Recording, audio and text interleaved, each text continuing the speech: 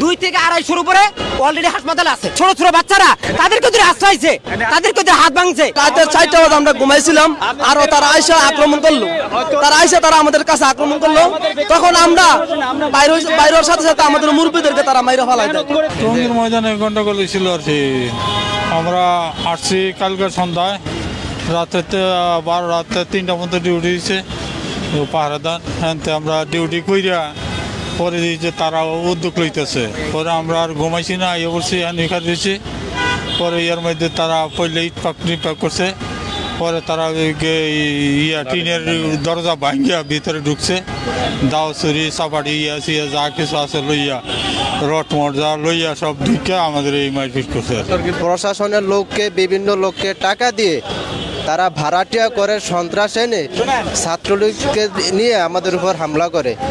তারা অনেক সাথীকে আহত করেছে এবং প্রায় 10 জনের উপরে সাথীকে তারা মেরে ফেলছে। তাদের হাতে ছুরি, চাপাটি, হাতুড়ি এগুলো ছিল। মূলত দাওয়াতে তবলিগের সাথে হাতুড়ি, চাপাটি, দা এগুলোর সাথে কোনো সম্পৃক্ত নেই। এটা অরাজনৈতিক সংগঠন, কিন্তু তারা দিনকে নষ্ট করার জন্য, তাবলিগকে নষ্ট করার জন্য তারা এগুলো করতেছে। এরা ইসরায়েলের দালাল, ফেসিস হাসিনার দালাল। তারা ইসরায়েল থেকে টাকা খেয়ে ওলামায়ে কেরামের বিরোধিতা করতেছে। ওয়াসিফ সাহেব যে বাংলাদেশের নেতৃত্ব দেয়, সে তো আসলে আওয়ামী লীগের কোন দোষর এক পদে আসিল, এটা বর্তমান সরকার দেখে না।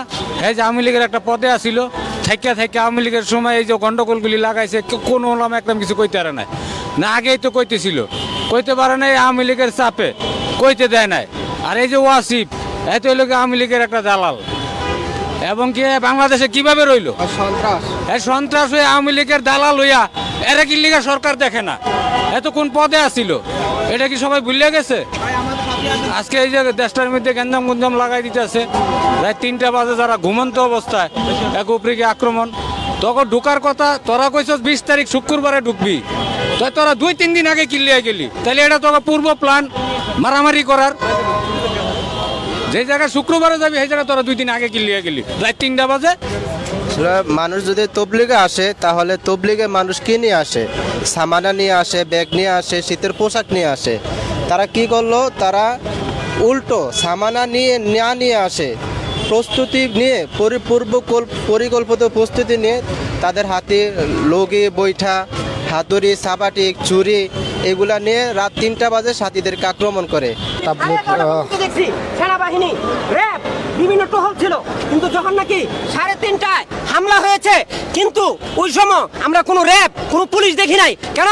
তারা যে পরিমাণ লোক ছিল, যদি সেনাবাহিনী পুরো মাঠ অথবা র্যাব বাহিনী এই মাঠকে করতো, নিয়ন্ত্রণ করতো, তাহলে একটা মানুষও আজকে এই যে 3 জন, আপনার গণমাধ্যমে আমি শুনতে পেরেছি 3 জন মানুষ শহীদ হয়েছে, 200 উপরে মানুষ আহত হয়েছে, তাহলে এরা একটা মানুষ মরতো না। সুতরাং প্রশাসন তাদেরকে নীরব ভূমিকা পালন করে। এবং কি একজন গোয়েন্দা বাহিনীর ডিবির লোক আইসা বলতেছে, আপনারা অতি তাড়াতাড়ি মাঠ ছেড়ে দেন, না হলে আপনাদের লোকের সংখ্যার চেয়ে তাদের লোকের সংখ্যা বেশি, সুতরাং আপনাদের উপরে আক্রমণ চালাবে, আপনারা মাঠ ছেড়ে দেন।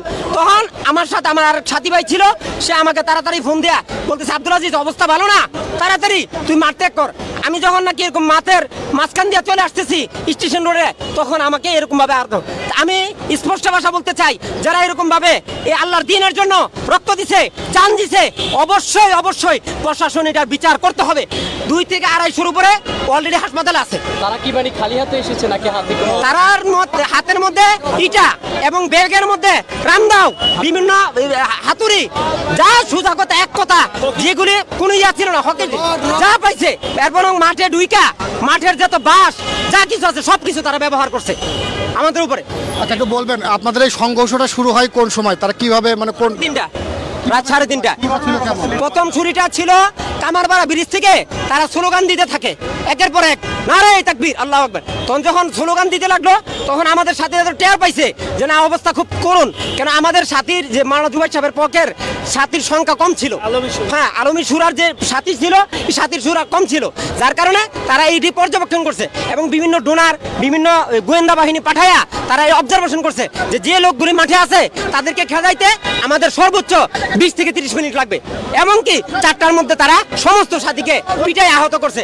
এবং আপনার এই যে কি বলে এই যে টঙ্গীর মাঠের যে মাদ্রাসা ছাত্ররা আছে, ছোট ছোট বাচ্চারা, তাদেরকে ধরে আশ্রয়ছে, তাদেরকে ধরে হাত ভাঙছে, একটু আগে আপনারা শুনতে পারছেন। এই জন্য আমরা স্পষ্ট ভাষা বলতে চাই, মাওলানা জুবাইর সাহেবের নেতৃত্বে এই মার্কাজ চলবে, টঙ্গীর মাঠ চলবে, তাদেরকে কোনোদিনও এই দেওয়া হবে না। পাথর মারছে আমার এই বুকের মধ্যে, ভাই পাথর লাগছে, এখনো ব্যথা করতেছে। আর বিশেষ করে যে রড লইছে, তারা রড লয়ে যে মার দিছে আমাদের বুজুর্গ করে, এখনো বুজুর্গ করে আমরা ওই জায়গা থেকে আমরা 4:30টার দিকে আসছিলাম। 4:30টা বাজে আমাদের বুজুর্গরা ওই টিন সিটের নিচে পড়ে আসছিল। রাতে 4টা বাজে আমরা ঘুমাইছিলাম, আর তারা আইসা আক্রমণ করলো। তারা আমাদের কাছে আক্রমণ করলো, তখন আমরা বাইরের সাথে সাথে আমাদের মুরব্বীদেরকে তারা মাইরা ফেলাই দেয়। তো আমরা পাহাড় আসছিলাম, পাহাড় আমাদের থাকতে দেয় না।